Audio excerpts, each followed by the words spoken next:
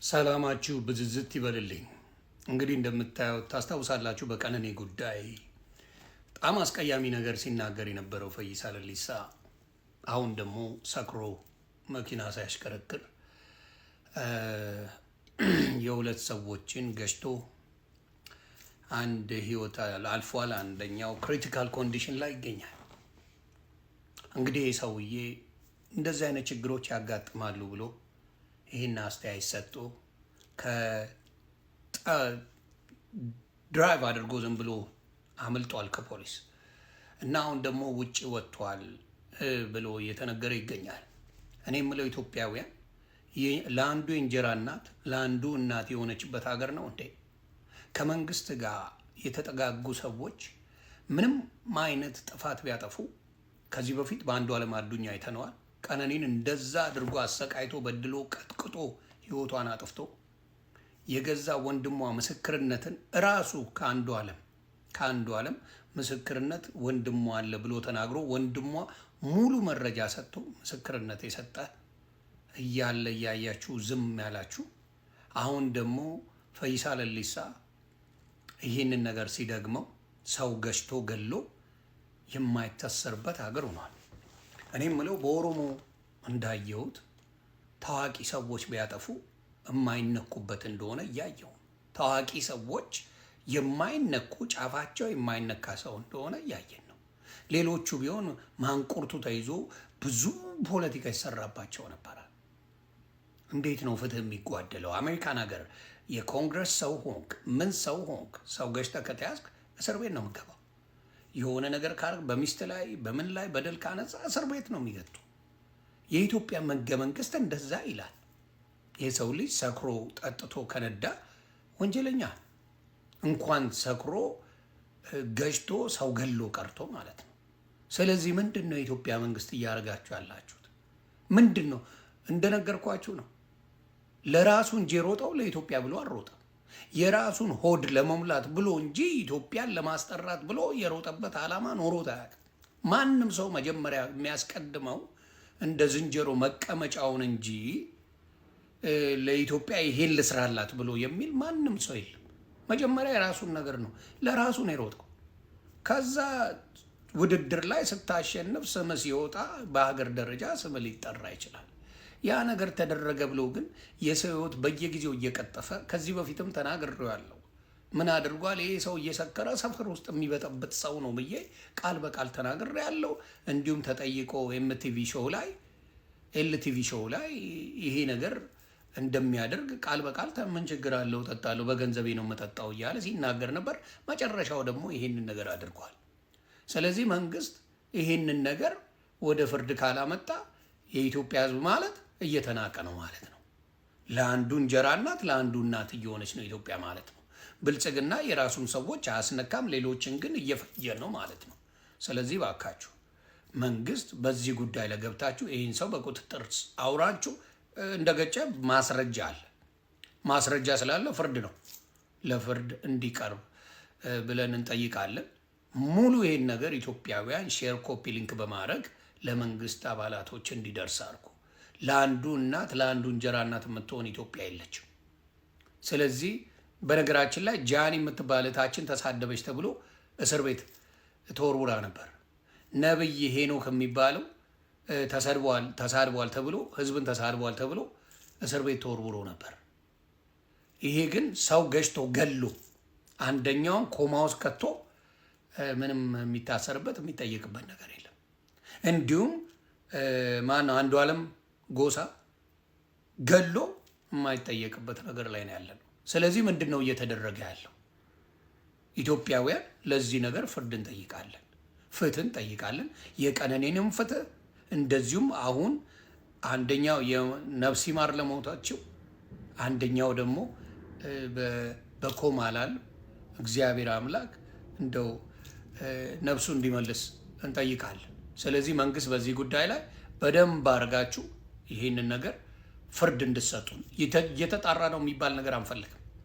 ፍርድ ብይን እንድትሰጡልን በቁጥጥር አውራችሁ እንጠይቃለን። አመሰግናለሁ።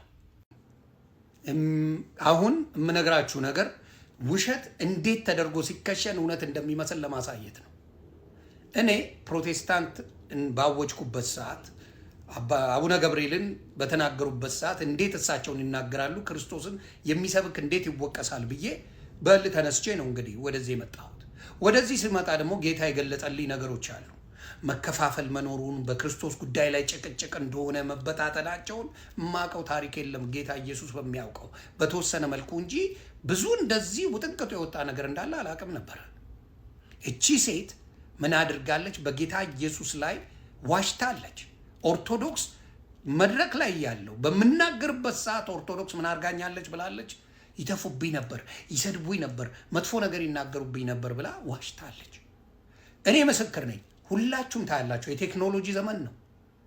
ከ9 ዓመት በኋላ መታ ነው እንደዚህ አይነት ድራማ የሰራችሁ። ለምን? በእኔ ጉዳይ ላይ ብጥብጥ ተነስቷል። ግራ ተገባብተዋሉ።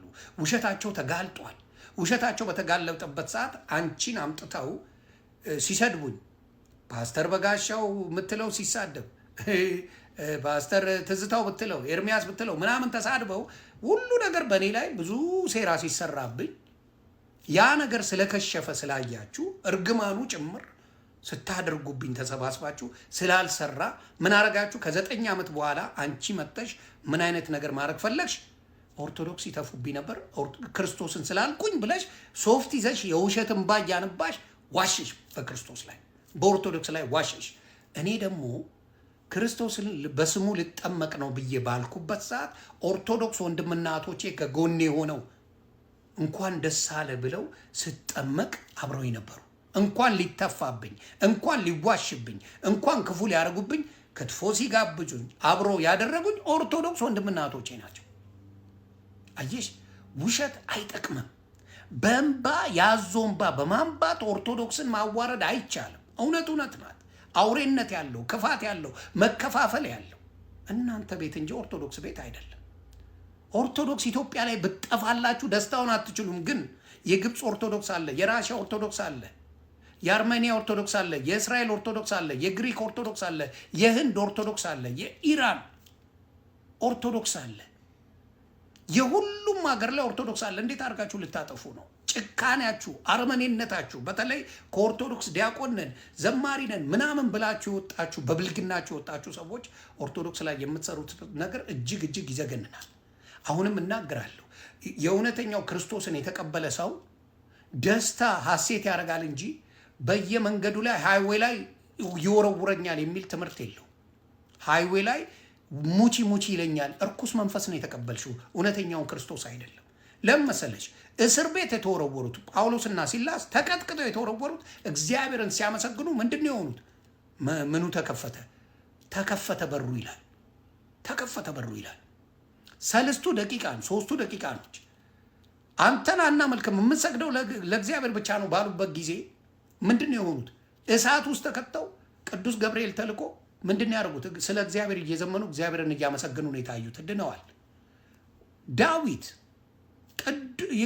ቅዱስ ዳንኤል አንበሳ ውስጥ መንጋጋ ውስጥ ጉድጓድ ውስጥ ሲጣል ምንድን ነው የሆነው? የአንበሶቹን መንጋጋ ነው የዘጋለት። በሙሉ ወደ እግዚአብሔር የሆነውን ሽፋን ከቨር ነው የሚሰጠው እግዚአብሔር እንጂ ሙትሙት አለም። አንቺን ብቻ ሳይሆን ኤርሚያስ ምንድን ነው ያለው? አይተንፍሱ፣ ኤርሚያስ አይተንፍሱ፣ እኔም ሙትሙት ይለኝ ነበር አለ። የሙታን መንፈስ ነው ያለ። የክርስቶስ መንፈስ አያል ነው፣ ደስታ ነው። በእስር ቤት ሆነ እንኳን የምትደሰትበት መንፈስ ነው። ኢንጆይ ነው የምታደርገው። እየተቀበላችሁት የርኩስ መንፈስ ስለሆነ ምን ሆነ? ይሄ ነገራችሁ ተረበሸ። በውስጣችሁ እውቀት የለም፣ ክፋት ግን አለ። የክፋት መንገድን ኦርቶዶክስ ሙሉ በሙሉ የኢትዮጵያ ብትጠፋላችሁ ደስታችሁ ነው። ይህን ደግሞ ጌታ ኢየሱስ ክርስቶስ አያደርገውም። ለምን? ቤተ ክርስቲያን የኦርቶዶክስ የተመሰረተችው በምን ላይ ነው? በክርስቶስ ደም ላይ ነው። በአብ ወልድ በመንፈስ ቅዱስ ነው። እኔ ለጠይቃችሁ አንድ ጥያቄ እዚህ ላይ ማብራራው፣ መዳን ብቻ በማመን በቃል ብቻ ነው ለምትሉ መንፈስ ቅዱስን የት ነው የምታገኙት? ለምሳሌ ዮሐንስ ሲናገር እኔ በውሃ ጠምቃችኋለሁ፣ የንስሐ በውሃ ጠምቃችኋለሁ፣ በመንፈስ ቅዱስ የሚያጠምቃችሁ ግን ከኔ በኋላ ይመጣል አለ። በመንፈስ ቅዱስ ያልተጠመቀ መንፈስ ቅዱስ እንዴት ሊያውቀው ይችላል? ስለዚህ በአብ ወልድ በመንፈስ ቅዱስ ካልተጠመቅ መንፈስ ቅዱስ አንተ ውስጥ ሊኖር አይችልም። ከየት አምጥተህ ነው የምትድነው? ከየት ታመጣዋለህ? አብና ወልድን ይዛል። እሺ አብን ታምናለህ፣ ወልድን ታምናለህ። መንፈስ ቅዱስን የምታገኘው በመንፈስ ቅዱስም ስትጠመቅ። በመንፈስ ቅዱስም ካልተጠመቅ ምንም አይነት ምን አታገኝም፣ መንፈስ ቅዱስ አታመጣ። ስለዚህ ትምህርታችሁ እንኳን የክርስቶስ ነገር የጎደለው የአብ ወልድ የመንፈስ ቅዱስ ነገር የጎደለው ትምህርት እያስተማራችሁ ሰዎችን ወደማይረባ ቦታ ትወስዳላችሁ። ጌታ ኢየሱስ ክርስቶስ ይቅር ይበላችሁ። ትምህርታችሁ እንኳን የተጣመመ እንደሆነ ማሳያ ነው። ሌላው ክርስቶስ መስቀሉ ላይ ያለ ሲሰቀል ውሃና ደም ነው የወጣው። ክርስቶስ ውሃና ደም ነው የወጣው። ውሃ እኛ ብንወጋ ቀኑን ሙሉ ስትወጋኝ ብትውል ውሃ አይወጣኝም፣ እኔ ደም ብቻ ነው የሚፈጸም። ስለዚህ የክርስቶስ ከጥምቀቱና ከደሙ ካልተገናኘን ክርስቶስን ማግኘት አንችልም። የመዳኛ መዳኑ አንደኛው ጥምቀት ነው፣ መዳን ነው። መዳን በቃሉ ነው፣ ጥምቀቱ ነው፣ ቁርባኑ ነው። እነዚህን አንድ ላይ ካለ ክርስቶስን ልታገኘው አችልም። ምክንያቱም መንፈስ ቅዱስን የምታገኘው ስትጠመቅ ነው። ምን ሰው ከመንፈስና ከውሃ ካልተጠመቀ የእግዚአብሔርን መንግስት አይወርስም ይላል መጽሐፍ ቅዱስ ሲናገር።